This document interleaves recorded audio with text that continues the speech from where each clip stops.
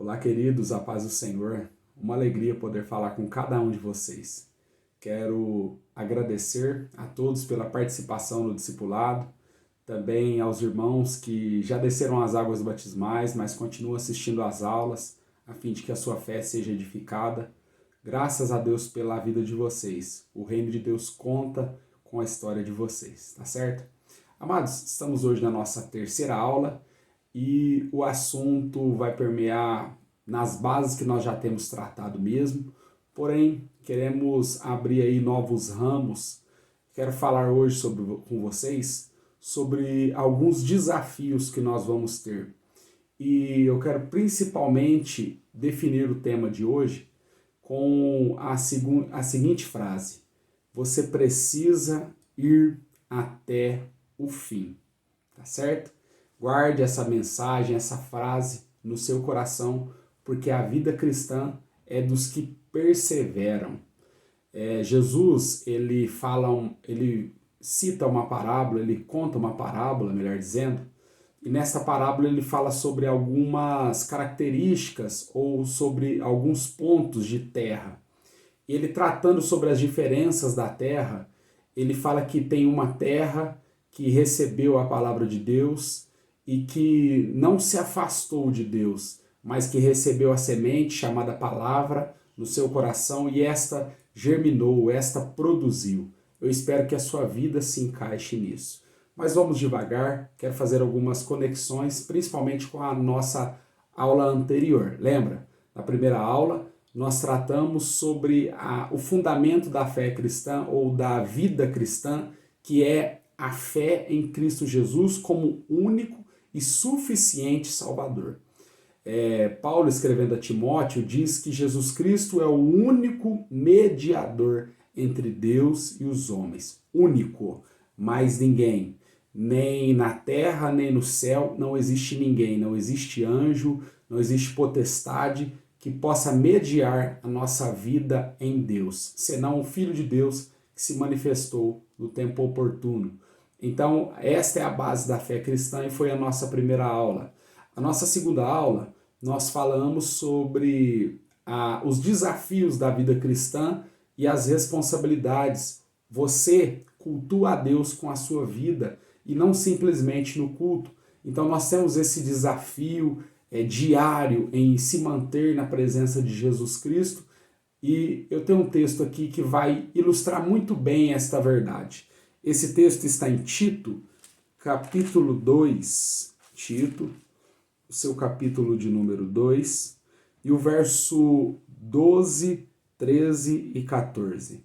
Vamos ler a partir do 11, porque o texto diz assim: porquanto a graça de Deus se manifestou, salvadora a todos os homens, educando-nos para que escute isso, renegadas a impiedade e as paixões mundanas, vivamos no presente século, ou seja, na nossa era, sensata, justa e piedosamente, aguardando, escute isso, a bendita esperança e a manifestação da glória do nosso grande Deus e Salvador, Cristo Jesus, o qual a si mesmo se deu por nós, a fim de remir-nos de toda iniquidade e purificar para si um povo exclusivamente seu, zeloso e de boas obras. Amados, o que Paulo está falando a Tito é o que conecta a nossa aula de hoje com a aula anterior. Nós agora, por intermédio da graça, lembra a graça, o favor merecido de Deus, a atitude de Deus em nossa direção, por intermédio da graça, agora nós fomos alcançados e não podemos mais viver a antiga vida, as antigas práticas. E por isso Paulo vai dizer: reneguem as impiedades ou a impiedade e as paixões mundanas. As paixões mundanas são aquelas que trazem prazer temporário, prazer momentâneo, porém destroem a nossa alma, destroem a nossa conexão com Deus. o amor de Deus se manifestou a nós e nós agora devotamos a Deus a nossa gratidão por intermédio das nossas obras. E é por isso que Paulo diz que Deus, nesta atitude de Cristo Jesus na cruz, agora ele levanta um povo exclusivamente seu, zeloso e de boas obras. As suas obras vão glorificar a Deus. Pregue o evangelho, fale de Jesus Cristo para alguém. A igreja nasceu para pregar. A igreja não nasceu simplesmente para ir morar no céu. Ir morar no céu é maravilhoso. Ir morar onde Deus está, longe dessas provações diárias que nós passamos, é maravilhoso. Porém, trazer o céu para a terra é uma responsabilidade do cristão, na sua família, no seu emprego, na sua escola. Deus te levantou como um povo exclusivamente dele, zeloso e de boas obras. Tenha zelo pela sua vida, pelo seu testemunho. Tenha zelo por aquilo que você vai transmitir às pessoas. É certo que isso aqui se encaixa em todos os aspectos da nossa vida. A forma de viver, a forma de andar, a forma de se vestir, as palavras que nós falamos. Nós sabemos que nós somos uma carta aberta e as pessoas estão nos lendo. Existem pessoas, um pregador disse isso, eu acho muito lindo, existem pessoas que nunca vão ler a Bíblia Sagrada, mas elas estão lendo a vida de algum cristão. E a nossa oração é que nós, como igreja, possamos transmitir a Bíblia Sagrada para essas pessoas. E isso não significa que somos perfeitos, mas isso significa que nós somos zelosos, certo? Trate com zelo. Não seja um cristão desmazelado, não seja um cristão que deixa a vida levar. Pelo contrário, trate as coisas com seriedade. Sua vida, ela deve ser levada com seriedade e a vida cristã deve ser levada com seriedade, porque nós somos embaixadores do céu na terra. Amados, então é nesse sentimento que eu quero conectar nossa segunda aula, dizendo para você, não pare, não desista, persevere. A vida cristã carece da nossa perseverança. Vamos para Hebreus, capítulo 10. Hebreus, capítulo 10. E aqui, fundamentalmente, eu entro na nossa terceira aula. Hebreus 10, verso de número 35 a seguir. Está escrito assim: não abandoneis, portanto, a vossa confiança. Ela tem grande galardão. Com efeito, tendes necessidade de perseverança, para que, havendo feito a vontade de Deus, alcanceis a promessa. Porque, ainda dentro de pouco tempo, aquele que vem virá e não tardará. Todavia, o meu justo viverá pela fé. Se retroceder, nele se não compraz a minha alma. Deus dizendo. Nós, porém, não somos dos que retrocedem para a perdição, somos, entretanto, da fé para a conservação da alma. Perceba que o escritor aos Hebreus está falando de algumas necessidades. E ele vai começar dizendo, não abandonem, portanto, a vossa confiança. Sabe essa confiança da primeira aula? Que você depositou em Cristo Jesus, que você veio do jeito que você veio, arrebentado. Eu não sei o caminho que te trouxe para Jesus Cristo, eu não sei qual dor, não sei qual alegria, mas eu não sei qual promessa, mas eu sei que alguma coisa te trouxe para Ele. Esse caminho agora é determinado ou fundamentado pela confiança. O escritor aos Hebreus está nos dizendo, não abandone essa confiança, porque ela possui uma grande recompensa. Amados, acreditem na vida eterna. Acreditem na vida pós-morte. Muitos cristãos já morreram. Porém, a esperança da igreja não se limita à vida terrena. A esperança da igreja, ela está na eternidade. Uma vida com Deus. Seja no céu, seja na terra, nós queremos estar com Deus. Nós sabemos que estar com Deus e perto de Deus é o melhor lugar para se estar. Então, não abandone a fé, não abandone a confiança. Nós temos necessidade de perseverança. E eu quero aqui pontuar 3 desafios que nós temos acerca da perseverança. 3 ambientes que nós vamos ser desafiados acerca desta palavra chamada perseverança. Nós seremos desafiados no nosso pessoal.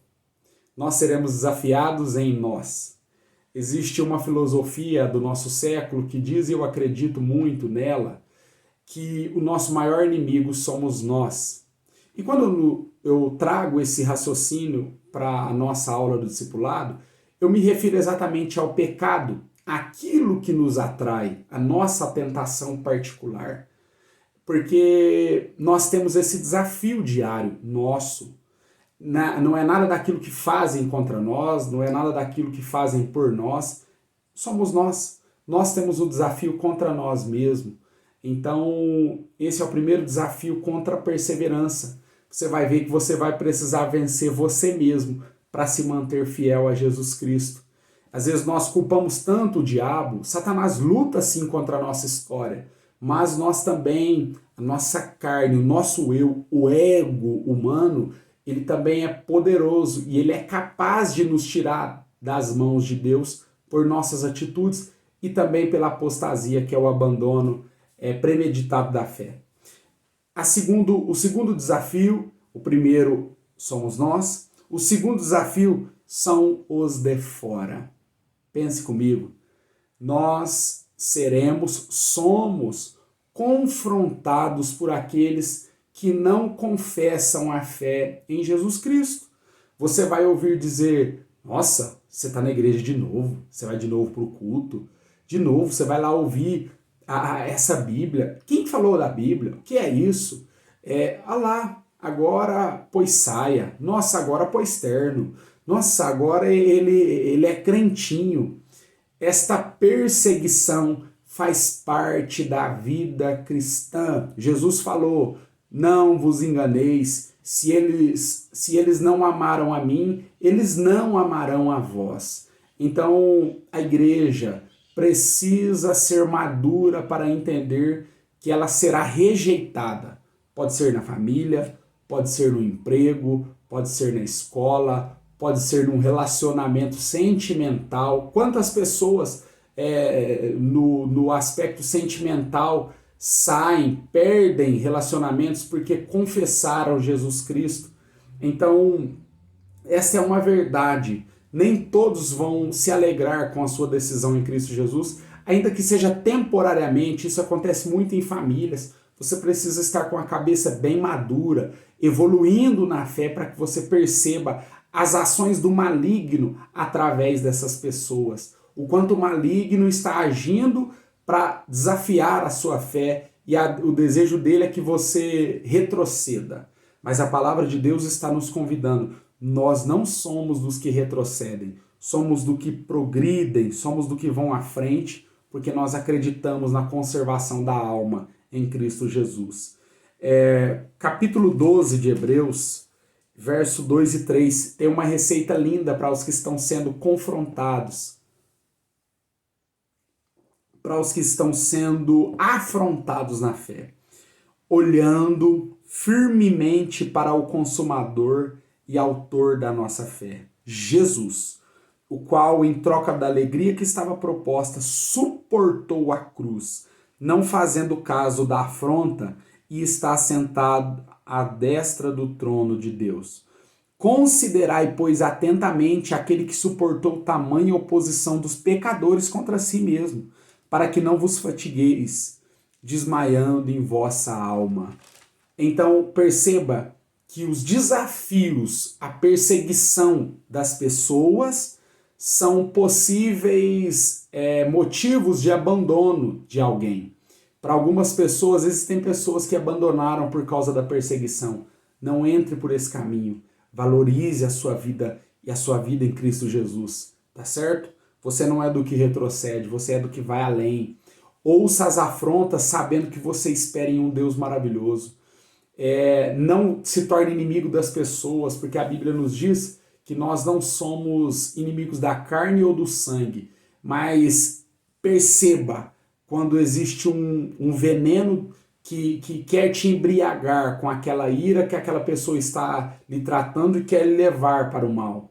Convites ou afrontas às pessoas de fora são um desafio para a vida cristã. Esteja atento, abra os olhos e viva essa vida sensata, justa e piedosamente.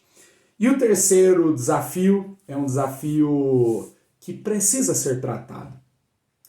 Às vezes a gente não consegue encarar isso com os olhos racionais, mas isso é uma verdade. É o desafio da vida comunitária, da fé. Você vai encontrar desafios na igreja, todos nós encontramos. A igreja não é lugar de gente perfeita. Você vai encontrar pessoas com defeitos, você vai encontrar pessoas pecadoras. Afinal de contas, você também é uma pessoa defeituosa, você tem os seus problemas emocionais, os seus desafios que você precisa vencer. E a igreja não é diferente, pelo contrário. A igreja é o lugar de pessoas que estão reconhecendo esses defeitos nela. Ainda que temporariamente a gente não perceba alguns defeitos nossos, a palavra de Deus tem esse poder de nos fazer abrir a mente para as nossas verdades. Então você precisa entender que você pode passar por problemas relacionais no universo cristão com seus irmãos. Mas isso não faz que eles não sejam seus irmãos. Pelo contrário, nós somos irmãos, porém temos diferença. Numa grande família, isto é uma verdade. Uma mãe e um pai têm 5 filhos, e por que não dizer 2? E os 2 nascem diferentes, os 2 têm desejos diferentes, os 2 concordam com coisas diferentes. E na vida cristã, isto também é uma verdade. Você vai encontrar pessoas que infelizmente não compactuam às vezes com o seu senso, com o seu jeito de ser, e até dentro da igreja. Ser maduro o suficiente para continuar na igreja mesmo com esse desafio faz parte do seu progresso na vida cristã.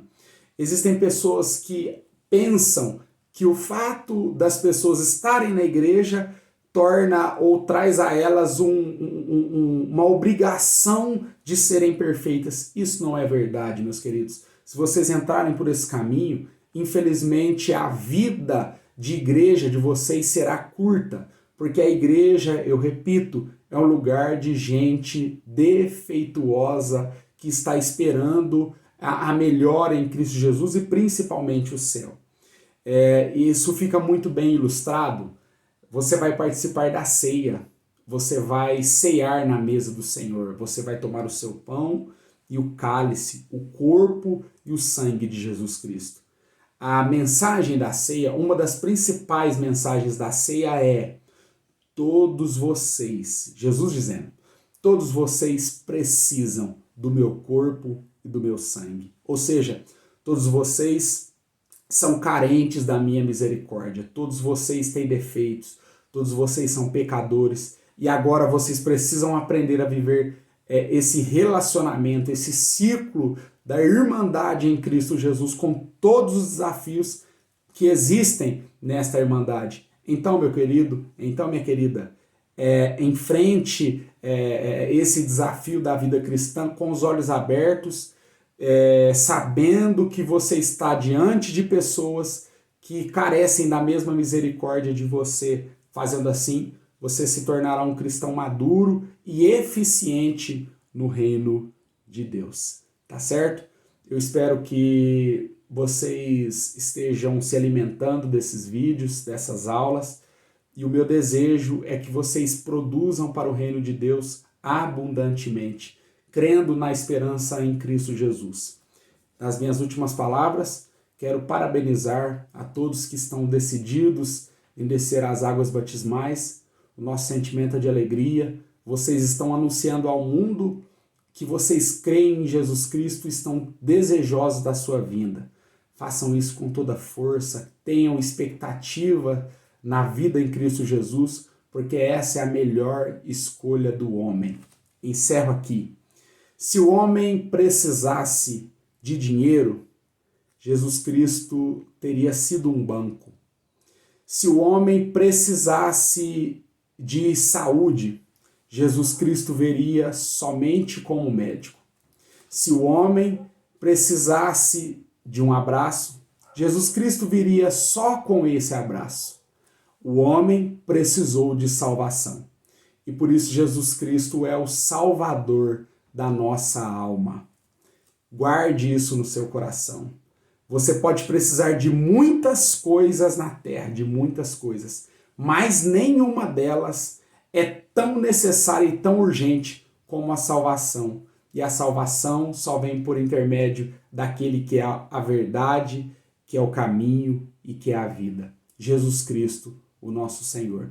Que o Espírito de Deus te abençoe e que você conserve essa fé na sua alma, evoluindo, se agarrando na palavra de Deus